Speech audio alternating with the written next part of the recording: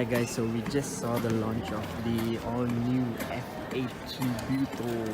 This takes over from the Ferrari 488 GTB, and the 488 Pista still lives on, but this is technically the all-new replacement model. This car, I know you can't see much of it now because the media is all over it. I mean, it is a gorgeous car after all. So this car has the same engine gearbox as the Pista, so it puts out the same 710 horsepower and 770 Newton meters of torque, but the whole bodywork is just so much more exquisite. It's just so much sharper and streamlined now. It enjoys 10% more downforce over the Ferrari 488 GTB, and it is actually 40 kilograms lighter than the 488. So this is now just 1,320 kilograms.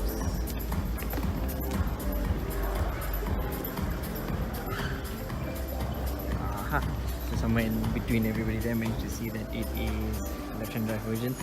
So not like we're going to be driving it anytime soon. And other than that, there is a ton of styling features going on over here. There is active aero on this car, as it is on all Ferraris nowadays. Like, active aero is something it cannot come without, because these cars put down massive power, and all they have is that little wing over there. It may look small, but trust me, it does a lot of work. It creates a proper channel of air and pushes down the car. It also has proper aerodynamics and front splitter that create a little load, vertical load underneath the car, so that the car gets sucked down to the ground. And it enjoys better cooling thanks to better radiators mounted right behind over there.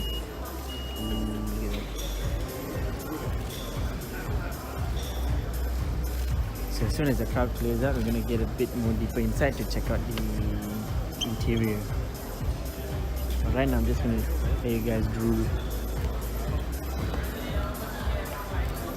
Look at that, very sleek and carbon aero kits.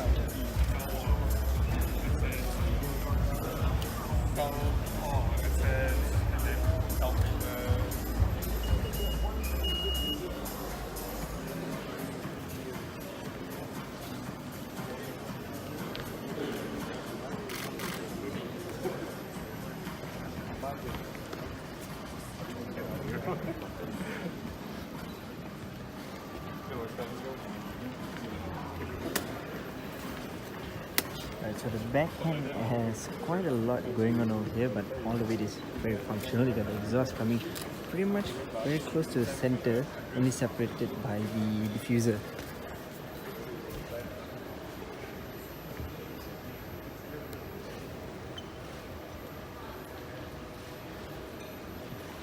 And these things inside, those are actually aero kits.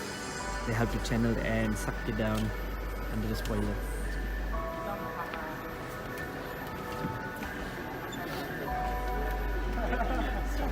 And now that we got technically the boot open, this is now a grooved, louvered Lexan plane, which kind of looks like what was on the F40 long time back, but not really lah. This is just something slightly resembling it, that's all.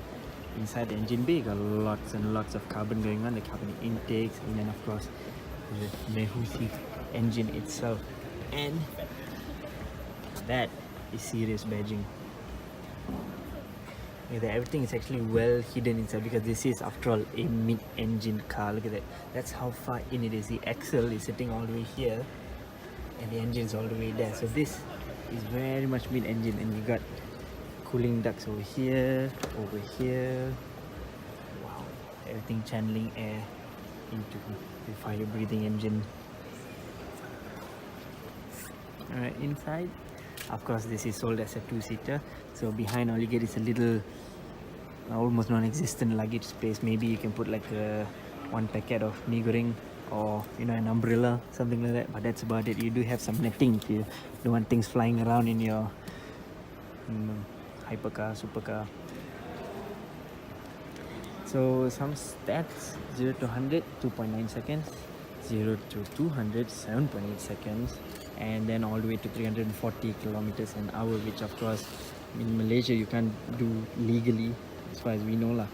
But yeah, that's possible. I mean, of course, eventually somebody's going to take this on track, and on track, this technically should give the Porsche GT2 a good competition, because power-wise they're pretty much both there, and Ferrari is pretty good when it comes to their handling setups.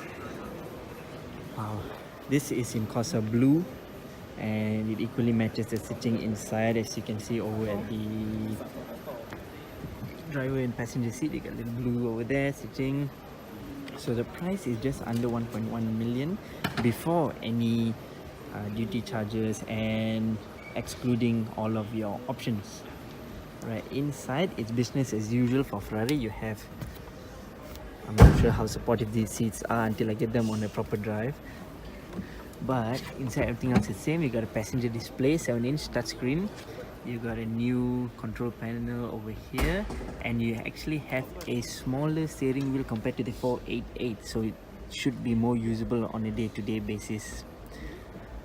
Okay, mechanically this car shares a lot with the 488 Pista, but it does have a advanced slip angle control system now in 6.1 version, so it actually controls the car even more when you let the tail come out here and there a bit. Something else nifty for you track junkies and performance drivers is the Ferrari Dynamic Enhancement Plus system. So this system now can be activated when you turn the car into race position on the knob on the steering wheel, and that will control and apply the brakes all around, all four, accordingly and appropriately, to make sure you don't mess the car up as you're flying around anywhere, to be honest. So this car technically lets you push it hard but doesn't let you mess it up. So that's how advanced the systems are on this car, as in they can really bring out the best out of any driver. So there you have it, guys, the Ferrari F8 Tributo at the premiere in Malaysia. It's also the first time in Southeast Asia. So this one is in Corsa Blue. You can check it out at the Naza showroom, and if you have cash for it, go ahead, buy it, because I don't think you'll regret buying something with this badge on it. It's very hard to regret. Hope you guys enjoyed the video. Don't forget to subscribe to Hypertune's YouTube page and stay tuned for more, guys.